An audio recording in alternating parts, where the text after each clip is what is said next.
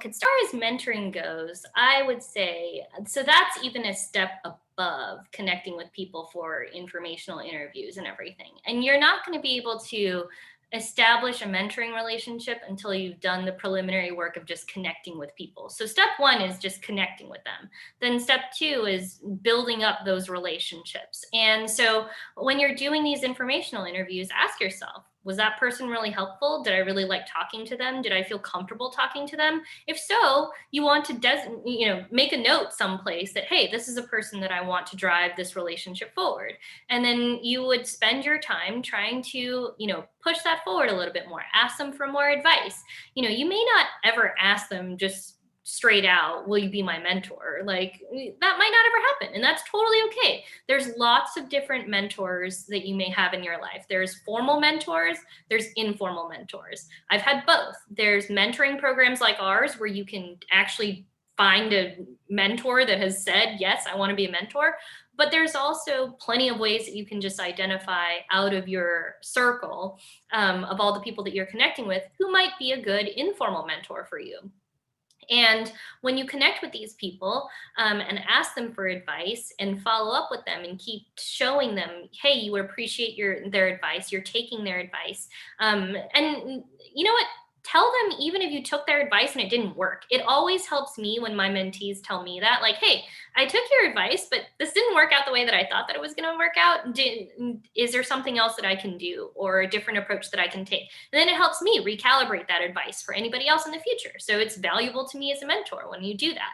So, when you're taking their advice, tell them, what happened afterwards. Like I said, if you just never tell them what happened, then it's like, okay, well, don't know if they did anything with it, don't know if it benefited them. And so use that to drive your relationships forward.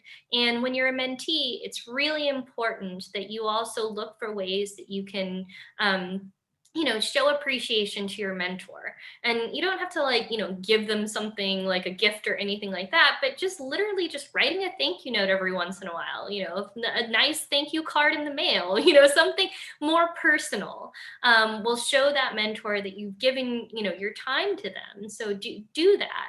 And when you get good advice, give it back, okay? Like, give it back to someone behind you. There is always somebody who has less information than you, that you can mentor them. It's important that you give back to other people.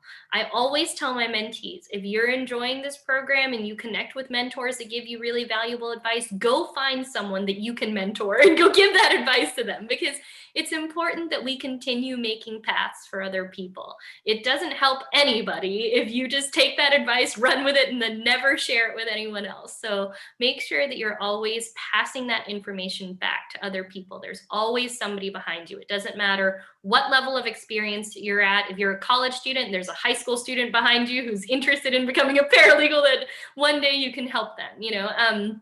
If you're already a working professional, there's people who are students who need your help. So always find a way to give back that advice. And then as far as all the things that we're doing, yes, we have tons of resources available for people who are interested in getting into law.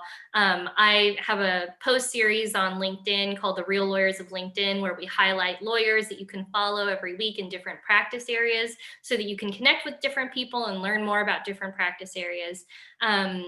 We also have these networking events. We have a virtual networking happy hour that we do every other Friday. And actually this Friday is one of them.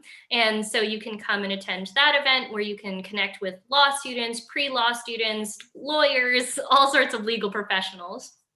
And then we also do our Zoom meetups on Tuesdays and Thursdays at noon Central Time. So you can attend all of those as well. And then our podcast is actually about the anonymous stories of real lawyers. So we keep them anonymous so that they can share really personal things in their life about setbacks that they've had, about challenges that they've had, about discrimination that they've faced, so that you can really hear, like, lawyers are humans too. We all have challenges at the beginning. It's all really hard. And none of this is natural for people to figure out. Like I think students always feel so far behind. They always feel like I'm so at the very, very beginning and I don't know anything. And it's like, you know what? Everybody was there at that point. You have to get over that mindset and you have to just say, okay, I'm at a point that's brand new. I just need to learn a little bit more about this and, keep progressing. It's more about progress than it is about perfection, right? So, and you go through this cycle of learning for every single thing you've ever done in your life. You're at a point, at some point where you're unconsciously ignorant, where you don't even know what you don't know. Then you get to this point of conscious ignorance where you're like, now I know that I don't know this. And then eventually, as you're starting to learn it, you get to a point of unconscious competence, like, oh, I didn't even realize that I'm starting to actually learn this. And then finally, you get to a point of conscious competence. I know that I can do this, I do it well. And then you'll discover some brand new aspect of that thing, and you're back to the beginning. And so you go over this cycle over and over and over. And don't be afraid to go back to step one, just keep on going. You have to keep going. I always think it's wild that, my law students, they get to a point where they're like, oh my gosh, there's this brand new thing and I just can't learn it. And I'm like, just think of all the things you've ever learned in your life. You literally went through every single stage for every single thing, from learning how to write to learning how to read to learning how to type. At some point you didn't know how to do it, right? And if you would have just sat at that point and said, nope, that's just too much for me to learn, you would have never mastered it. So just start somewhere and build incrementally to get to that place. Just start with one connection. Go build a relationship with one connection, one person. And really, all it takes is one or two really influential people in your life to completely change everything. It took me 50 cold calls to get to one lawyer that was willing to mentor me, and I struck gold with that guy. He taught me so much about everything I didn't know. And then, when I was in law school, I had another really influential mentor who was the person who ended up basically getting me my first job. And that made all the difference. And, I've had a couple of those mentors in my career now that have been so influential, but it took me a long time to get to them. I might have spoken to hundreds of people before I found them. So, don't be afraid to keep on building those connections. You never know who that next connection is going to lead you to. And you never know when that connection is going to be useful either. It's a long game. You're going to hopefully be working, in the profession for a long time. So don't, cut off these connections too early.